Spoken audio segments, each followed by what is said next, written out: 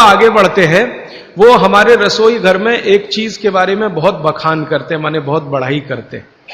वो ये कहते हैं कि जो लोग खाने के बाद पान खाते हैं चूना मिलाकर, वो जिंदगी भर वात के रोगी होंगे नहीं। जो खाने के बाद पान खाते हैं चूना मिलाकर, वो जिंदगी भर वात के रोगी होंगे नहीं।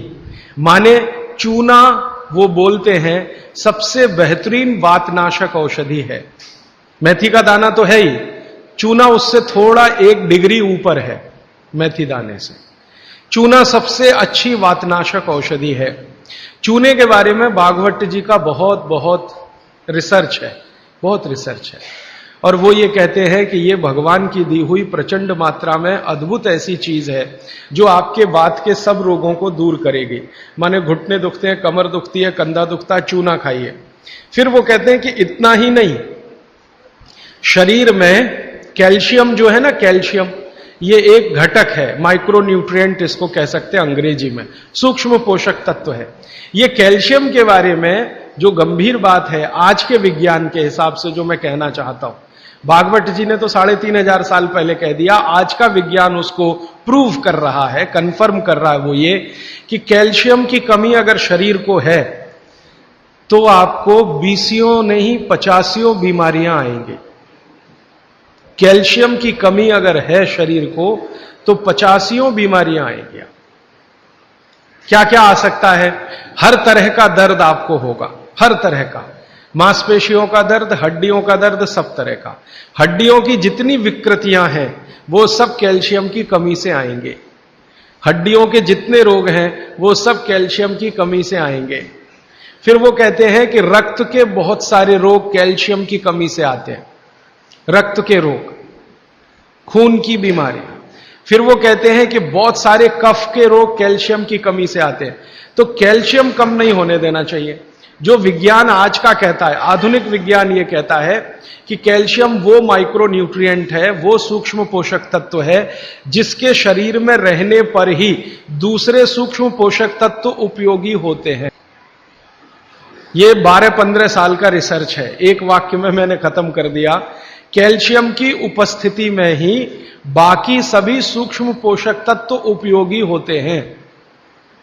इसका मतलब यह है कि अगर आपको शरीर में विटामिन सी का असर देखना है तो कैल्शियम चाहिए, विटामिन ए का असर देखना है तो कैल्शियम चाहिए, विटामिन बी का असर देखना है तो कैल्शियम चाहिए, अगर विटामिन डी का असर देखना है तो भी कैल्शियम चाहिए, विटामिन के का असर देखना है तो भी कैल्शियम चाहिए, प्रोटीन अच्छे से आपके शरीर को काम में आए तो कैल्शियम चाहिए, कार्बोहाइड्रेट्स ठीक से आपके शरीर को मदद करे तो कैल्शियम चाहिए, फैट्स आपके शरीर में डिसॉल्व होते रहें और जहां जरूरत है वहां लुब्रिकेशन में मदद करते रहें तो कैल्शियम चाहिए। माने समझ लीजिए कि कैल्शियम अगर नहीं है तो शरीर में सब कुछ बीमारियां आने ही वाली है।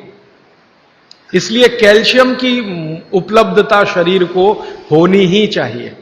अब इसके बारे में भागवत जी कहते हैं, आधुनिक विज्ञान ने अभी प्रूव किया, भागवत जी पहले ही कह गए कि हमारे शरीर की 40 वर्ष की उम्र तक, 40 से 45 वर्ष की उम्र तक जो कुछ भी हम खा रहे हैं इसी में से हमको कैल्शियम मिलता रहता है। सबसे ज्यादा कैल्शियम आप जानते हैं दूध में है, दूध, फिर दूध के बाद दही, दही के बाद मट्ठा, मट्ठे के बाद मक्खन, मक्खन के बाद घी, इन सब में भरपूर कैल्शियम है। फिर आपने खाया संतरा, मौसम्मी, नारंगी, अंगूर, द्राक्ष, जो भी खट्टे फल, आम वगैरह वगैरह, सब में कैल्शियम भरपूर मात्रा में है।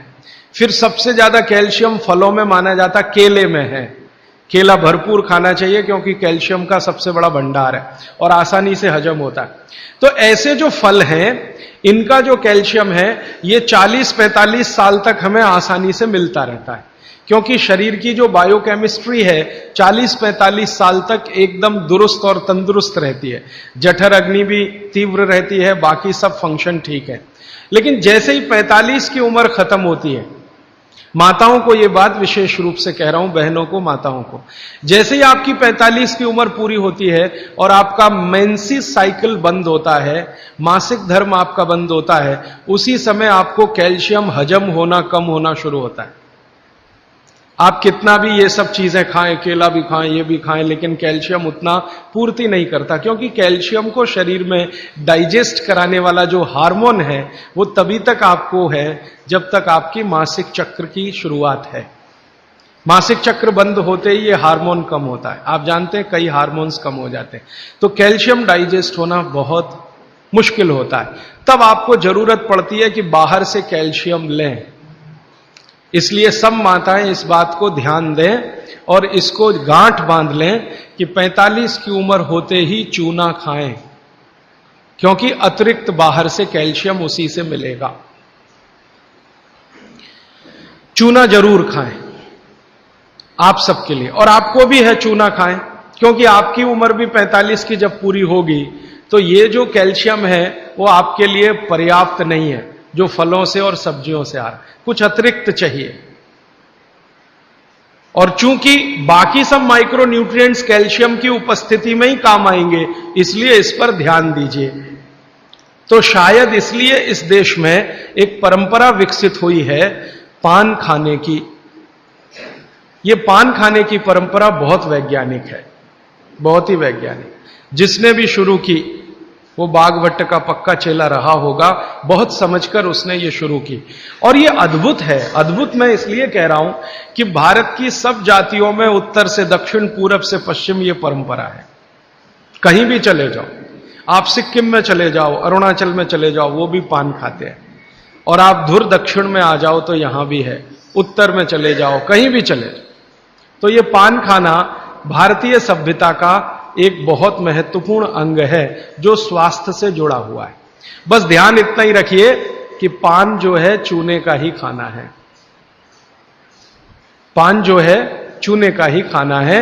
पान कभी भी कत्थे वाला ना खाएं, क्योंकि कत्था आपके लिए उतना उपयोगी नहीं है। कत्था स्वाद के लिए आप उपयोग करते हैं, चूना औषधि के लिए उपयोग करते हैं।